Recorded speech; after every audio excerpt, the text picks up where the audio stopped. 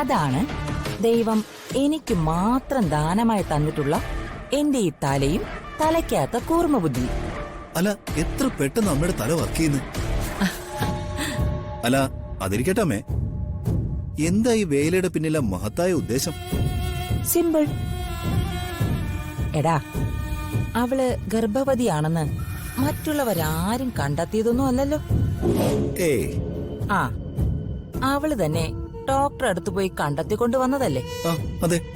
ആ, അപ്പോ അവളൊരു കുഞ്ഞിന്റെ അമ്മയാകാൻ പോകുന്നു അവള് തന്നെ പറഞ്ഞു.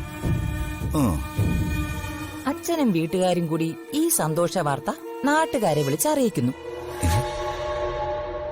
രാജകുമാരിയുടെ പള്ളി ഗർഭം ആചാരാനുഷ്ഠാനങ്ങളോടെ ആഘോഷിക്കുന്നു. ആളുകളുടെ ഇടയിൽ ആഘോഷത്തിന്റെ ഇടയിൽ അറിയുന്നു രാജകുമാരിക്ക് തിരുഗർഭം ഇല്ലാന്ന്. അത് വെറും നുണയാണെന്ന്.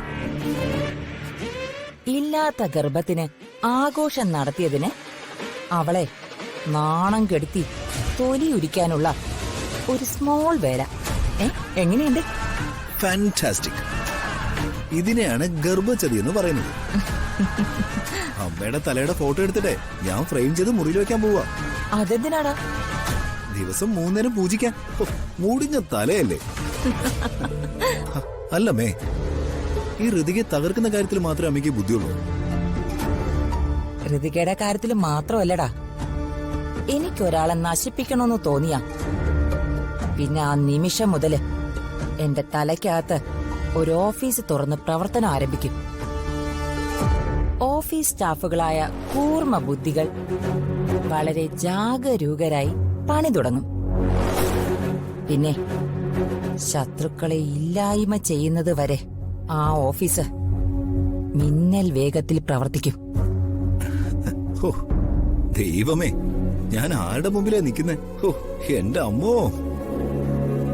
അല്ല, ഈ കഴിവുകളൊക്കെ അവിടുത്തെ കാലശേഷം മകൻ തന്നെ തരുവോ?